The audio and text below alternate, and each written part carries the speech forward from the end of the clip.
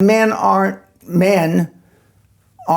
what they used to be. Men aren't the guys today, are not the guys that settled the Western United States in covered wagons and they went from the East Coast to the West Coast. Men aren't the guys from the 14 and 1500s that sailed the oceans blue to find various parts of the world. Right, and that's hurting us.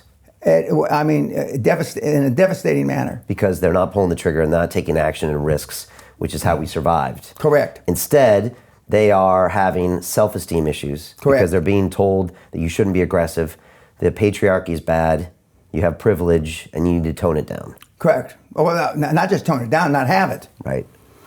And it gets back to athletics. Our three children, which are millennials, we're right at the outer edge as our oldest son, but they were in athletic programs in schools just when the no-win, you participate ribbons. And I took them out of athletics. When they were, 12, 13, 14, 15, 16, 20-some years ago, that's when that started.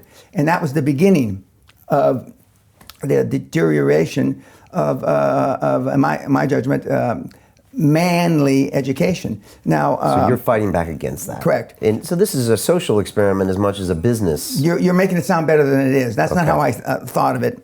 And that's not how I think about it. But anthropologists, sociologists would say exactly what you just said. In fact, some very bright guys at some of the universities that I've had the privilege of talking at to the students have said the same thing. Right. And if you look at the evolution of the Castle Seminar, which I want to get to, it now features boxing. Correct. And even some of my team here at London Real said, are you serious? And they know you. And I'm like, yeah, for the last 6 months or 9 months, everybody, they box it out in the middle of Correct. a 7-day seminar Correct. where you're wearing suits and ties, being waited on by butlers who used to work for the Queen in Buckingham Correct. Palace, finest foods. I've been there, it's all real, and then they punch each other in the face in the middle of it. Correct. Okay, so this is the first time I've ever really seen it from this lens. So you're teaching... And just stopping. Yeah. Of the 24 people, normally 18 will go into boxing. And it's voluntary. It's voluntary, and but the ones that aren't going in normally have some physical deformity or something. Something's wrong with them, and we don't advertise that. But 95% or 98% of the able do it. A third of the ones that go in the ring have never been in a fight in their whole entire life, even on a schoolyard as a kid. Okay.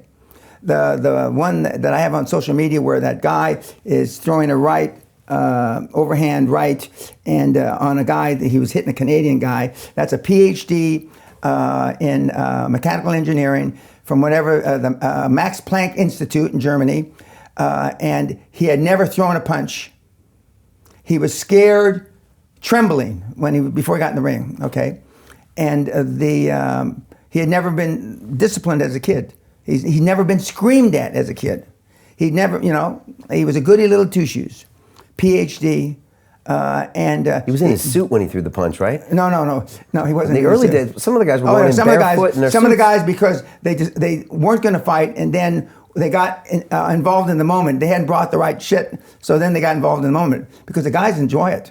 But one of the reasons we came up with the boxing is because before we started the boxing, we had 4 fights in 3 seminars of the guys duking it out. I go to sleep. They never fight when I'm awake. I go to sleep. We say, Saturday night, say goodnight. And then in the morning we find out, we've only had a couple of pieces of furniture broken. And the guys bellied up. They paid for it. In the castle, they're fighting, throwing punches after you go to bed. Okay. Correct. About a year ago, we had a little Arab guy who had a little teeny mouse who had been pushed around by a bigger guy.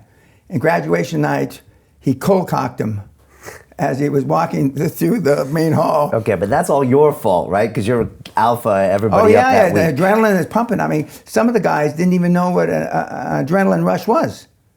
Okay, so this is a positive thing. Yeah. So look, I remember when I was up at the castle, I said, they don't make him like Dan Peña anymore, and we should cherish for what he tells us. You're kind of giving us a glimpse into what we were in the past.